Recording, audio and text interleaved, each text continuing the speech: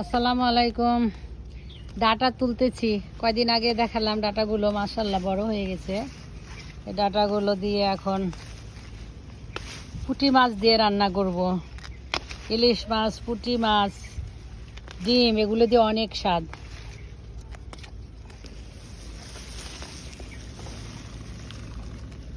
আল্লাহ হাফেজ।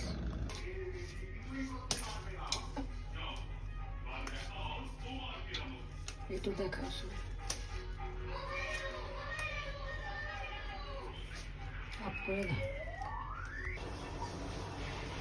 ডাটা কোটা হয়ে গেছে।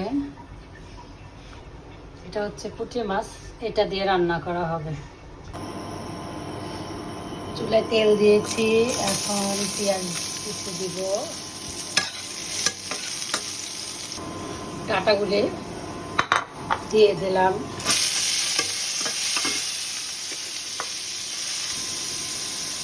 পরিমাণ মতন লবণ, হলুদ,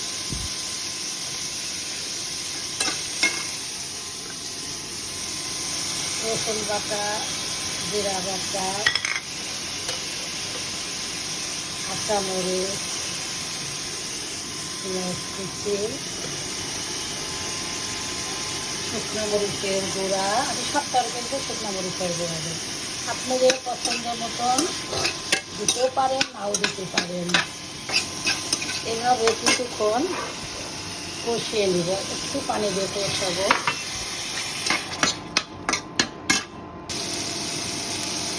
এবার পানি দিয়ে দিব।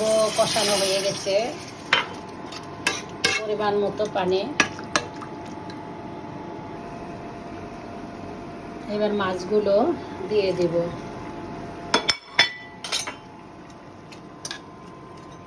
অনেকটা হয়ে আসছে। এবার রান্না প্রায় শেষ। উঠানোর আগে জিরার গুঁড়া দিয়ে দিব।